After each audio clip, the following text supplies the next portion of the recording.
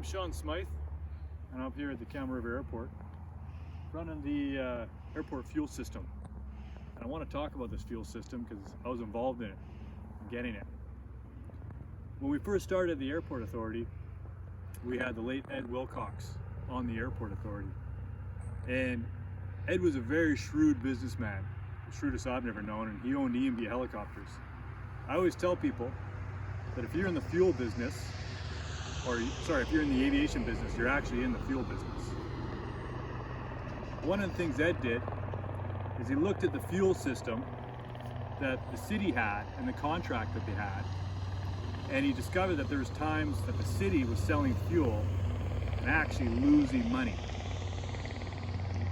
So he said, look, what we got to do is we got to get rid of this contract, get rid of this old fuel system, buy our own. We can control the amount of money we sell the fuel for, and we can have better control and better return for the city and the airport. So the city was really good. They said, yeah, let's do this.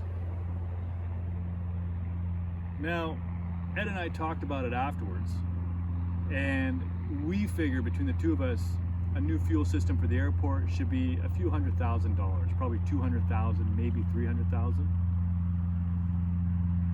Well, he emailed me and a bunch of the airport members a fuel system that he discovered up for auction for $79,000. And we presented it to the city. And the city said, whoa, we can't just buy a fuel system off auction through a municipality. We just can't do that. I said, okay, fine. I said, what we need to do is they have to hire a consultant. They pay the consultant about $200 an hour. Doesn't matter if they know anything about fuel systems.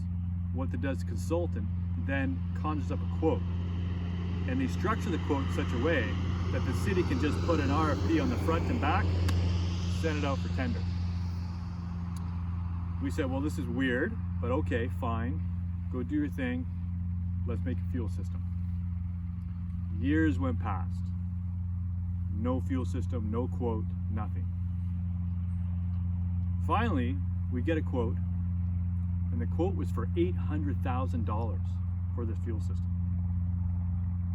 And we're like, why? Why so much? Well, there's numerous reasons the city said, but one of the ones that stuck out of my mind is the city said, well, whenever these consultants make a quote for us, they tack on 30% onto the cost for any municipality. And I said, well, why did they do that? And they said, well, that's what you do for municipalities. I said, why do you do that for municipalities? They said, well, that's how they do it. And so on went the conversation. Okay, fine, we say, more than we wanted.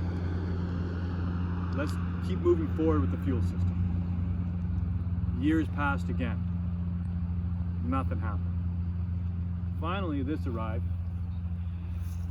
This cost $1.2 million. Now, and it took 6 years. It's a beautiful fuel system, and there's 2 beautiful fuel trucks to go with it. Is it worth $1.2 million? It's tough to say.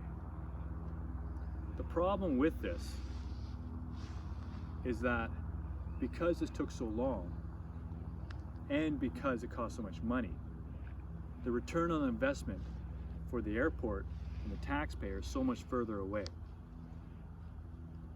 This is one of the reasons why the Airport Authority has been trying so hard to separate the airport from the city.